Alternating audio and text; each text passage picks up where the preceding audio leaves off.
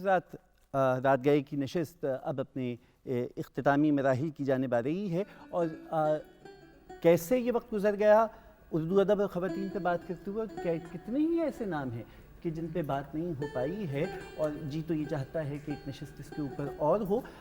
خواتین حضرات، اردو شاعری شاید اپنی تسلسل سے بہہ رہی تھی کہ پھر 1977 میں جیسے تلاطم آ گیا، اس لیے کہ خوشبو شائع ہوئی، اور کہنے والوں نے یہ کہا کہ عورت کی زبان کی شاعری تو اب سامنے آئی ہے۔ پروین شاکر کا لہجہ، پروین شاکر کا آہنگ، اس نے اردو شاعری کو گویا ایک نیا موڑ دے دیا۔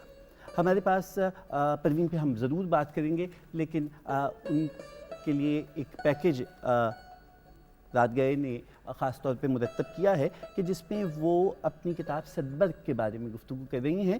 صدبرگ کے پیش لفظ میں پروین نے لکھا، میرا گناہ یہ ہے کہ میں ایک ایسے قبیلے میں پیدا ہوئی جہاں سوچ رکھنا جرائم میں شامل تھا، مگر قبیلے والوں سے بھول یہ ہوئی کہ انہوں نے مجھے پیدا ہوتے ہی زمین میں گاڑ نہیں دیا، اور مجھے دیوار میں چن دینا ان کے لیے اتنا آسان نہیں رہا، مگر وہ اپنی بھول سے بے خبر نہیں۔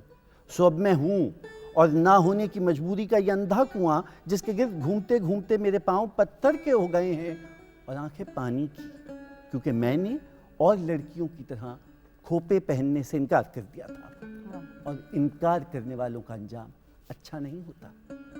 پیکیج۔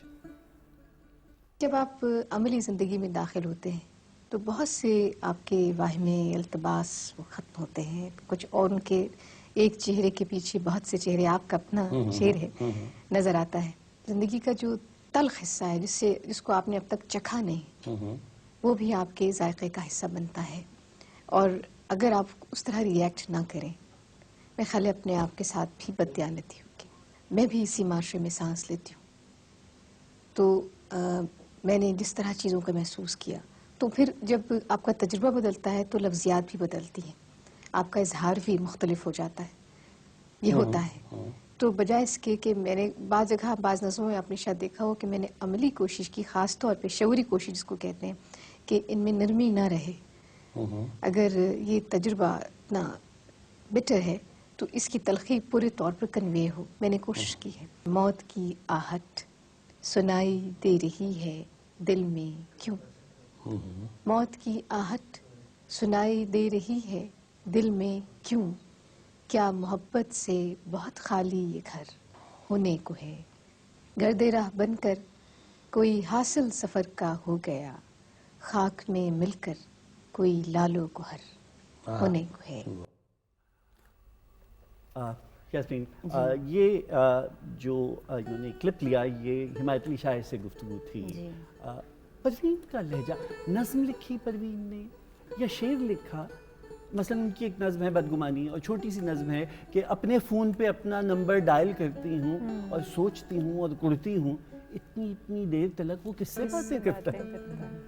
یا پروین کا شعر جو جیسے وہ یہ کہا کہ ہم نے تو ایک بات کی اور اس نے کمال کر دی۔ کیا فرق تھا اردو شاعری میں خواتین کے لہجوں میں پروین سے پہلے اور پروین کے بعد؟